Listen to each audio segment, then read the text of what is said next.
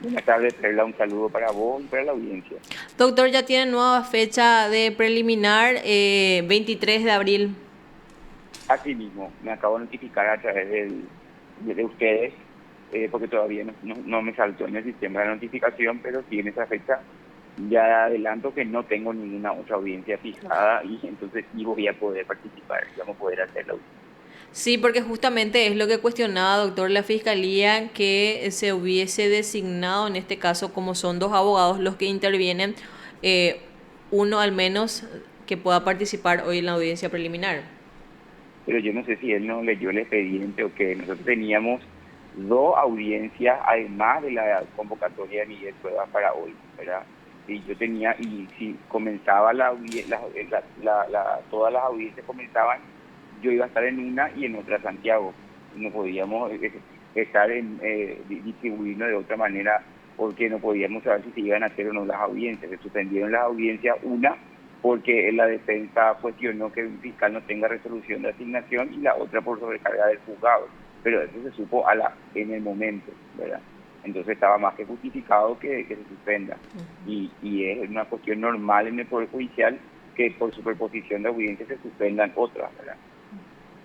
Y en este caso, doctor, según estamos leyendo la notificación, o en este caso la resolución de convocatoria del juez, Jean Paul López, es ya bajo apercibimiento. No, yo todavía no accedía, pero todas las notificaciones de Jean Paul son bajo apercibimiento siempre. Ah, O sea, la costumbre luego de él es visitar las reglas de buenas prácticas y demás, que a la que estamos obligados todos los profesionales. Pero de hecho, él suspendió porque encontró que estaba plenamente justificada la solicitud que nosotros realizamos, ¿verdad?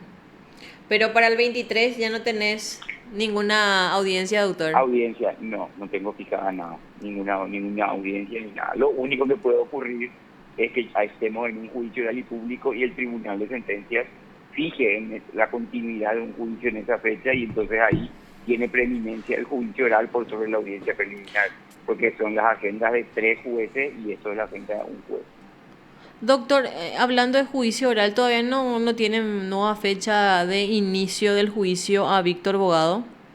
Ayer se recibió formalmente el expediente en el juzgado de la doctora García de Zúñiga y bueno, ahora estamos expectantes a que ella fije la nueva fecha de juicio.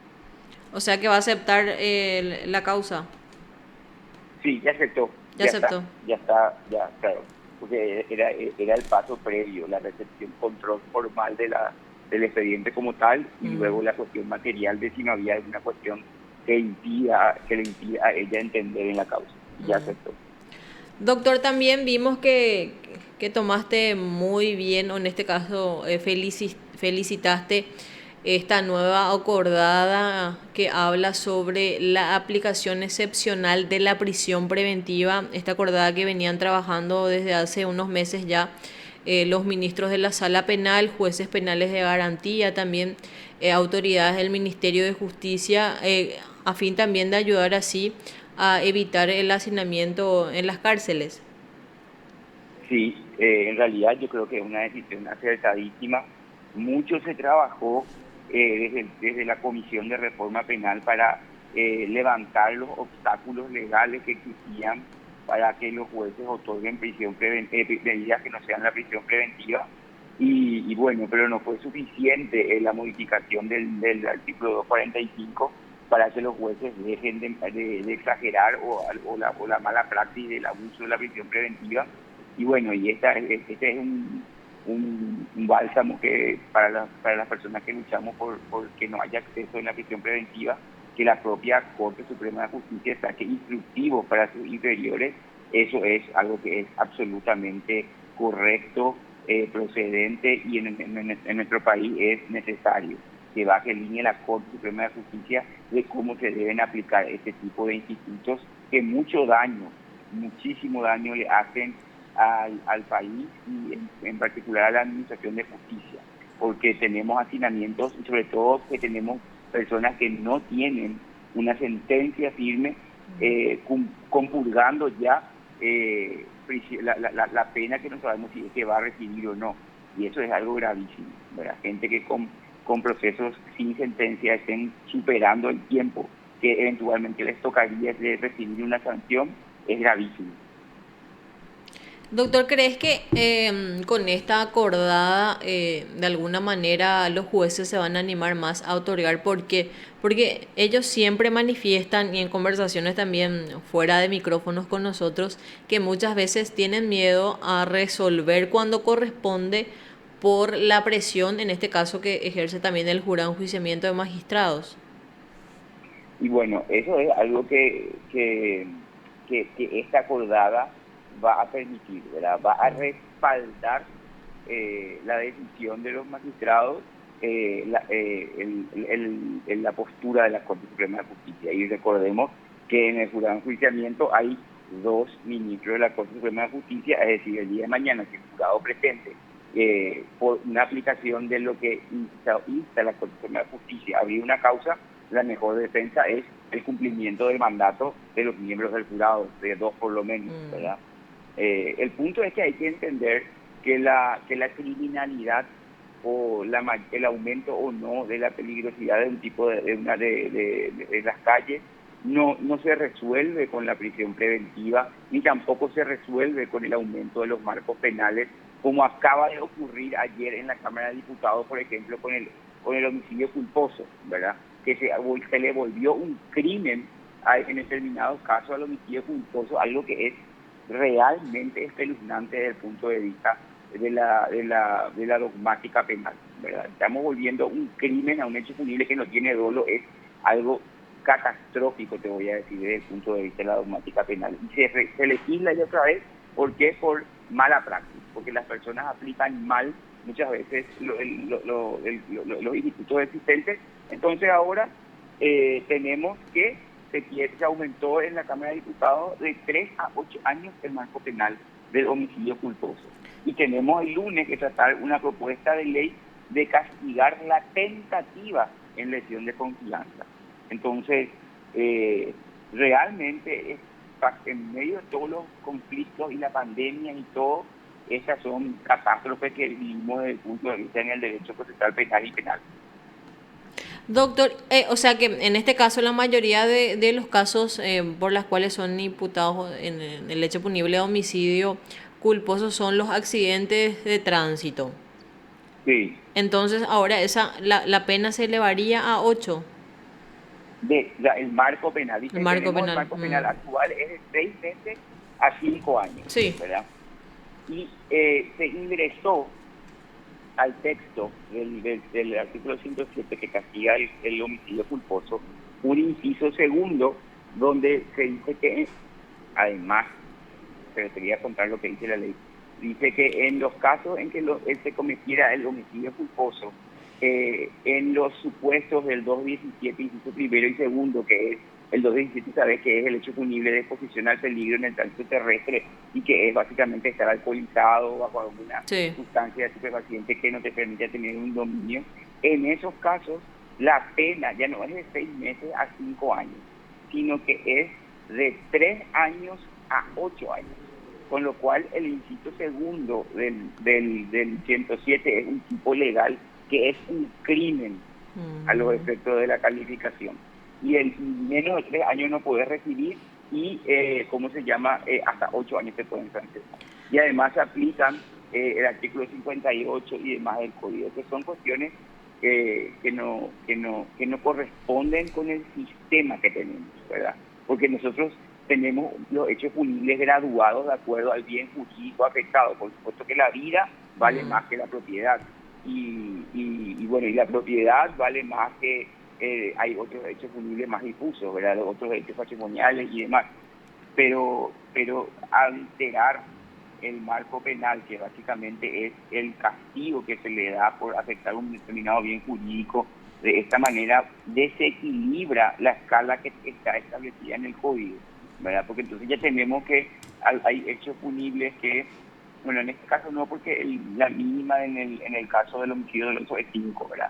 Pero en otros casos y además el conjunto con los demás hechos punibles se queda desajustado en los marcos penales. Ahora con esto ya van a decir, bueno, ¿y por qué tampoco en el 217? Y van a querer aumentar también en el 217. Y así se van tocando y se va volviendo un Frankenstein nuestro Código Penal. Doctor, pero en este caso entonces, o sea, ahora desde la Corte están tratando de ayudar a evitar el abuso de la prisión preventiva y con eso obviamente también ayudar al sistema carcelario, pero aumentando aquí la pena con relación a este hecho punible, entonces cómo queda el trabajo también que se está intentando en la Corte, pero sin embargo acá se eleva la pena y evidentemente eso también va a traer consigo de que los jueces resuelvan que vaya a prisión. Claro, y bueno, y el Estado paraguayo borra con el codo lo que escribe con la mano, ¿verdad? Nosotros teníamos un dictamen ya sobre esto de comisión, donde están los representantes del Ministerio Público que estaban en contra de eso, representantes de la Corte Suprema de Justicia que están en contra de eso. Yo como representante también del Senado estaba en contra de esto, la diputada Rocío Vallejo estaba en contra, la defensa pública en contra. O sea, todos los representantes del organismo técnico estuvimos en contra y la Cámara de Diputados no le escuchó ayer a la presidenta de la comisión, que fue Rocío Vallejo, y votaron para quedar bien con alguien o con algún estrato social que le pidió, y bueno, se votó por populismo y ganó esta teoría de aumentar el marco penal en diputados. Ahora nosotros vamos a hacer como comisión un trabajo de explicar al Senado de que esto tiene que ser rechazado. En relación a la tentativa de lesión de confianza, ¿cuál es la modificación que quieren incluir ahí? Eso, incluir. Lo que pasa es que los hechos punibles en los delitos solamente es punible la tentativa cuando está expresamente prevista en la ley. Y en los crímenes sí siempre se castiga la tentativa conforme a nuestro Código Penal. Y ahora hay una propuesta de incluir en el 192 que se castigue también la tentativa, ¿verdad? Y eso es algo muy peligroso, porque la tentativa, en primer lugar, es un instituto que, como para que la gente sepa, se sanciona a alguien que iba a cometer un delito. O sea, se sanciona a alguien que iba a perjudicar el patrimonio del Estado, por ejemplo, ¿verdad? Pero la construcción de que efectivamente había un plan para perjudicar es algo que en los hechos punibles de homicidio, por ejemplo, o que está penado, es muy evidente, o sea, es muy comprobable que existía en la mente de la persona una preparación para cometer un hecho punible. Ahora, con este tipo de legislaciones, alguien que llame a una licitación y que ponga determinados parámetros, ya podría decirse, esta licitación está tendiente a que venga tal producto y eso perjudicaría el patrimonio del Estado, y porque llamó a licitación ya se le condena. O sea, estamos superando los umbrales de la exageración, de la punición y de cosas que justamente no se pueden sancionar, porque se correría el riesgo de sancionar a una persona que no cometió realmente ninguna conducta ilícita, ¿verdad? Y bueno, y son cosas que pasan y que pasan por populismo, porque esto que es por el tema de la compra en pandemia, las cuestiones del Estado y demás. Entonces ahora vamos a sancionar hasta lo que no se pagó. No, hay perjuicio igual, porque quisieron perjudicar. Y eso es muy peligroso, muy, muy peligroso. O sea, todo se va a criminalizar. Así mismo. Y lo que se hace con esto que pasa es, finalmente, la tentativa. Imagínense que las explicaciones de Mazolén y de entonces otras autoridades de salud justamente eran: no podemos pasar los protocolos administrativos para poder hacer las compras, tenemos que respetar los tiempos y todo eso, porque si no vamos a estar cometiendo irregularidades que después nos van a reclamar penalmente, ¿verdad? Eso es con el 192 que existe hoy.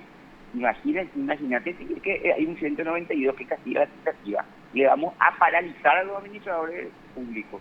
Nadie va a animarse a hacer nada. Es preferible nomás dejar y administrativamente tener sanciones que te critiquen o que te echen a terminar procesado penalmente, que es otra cuestión natural ya hoy día, del ataque a los contendores políticos de turno. Uno está en el poder y ataca con la fiscalía al otro que no está. Y después se cambian el rol y el que sale siempre termina con un proceso penal a cuesta. No salía así nomás, ¿verdad? Entonces es realmente peligroso. La verdad que sí, doctor. Muchísimas gracias por este contacto. A las órdenes cuando gusten. Lo escuchaste aquí en PDS.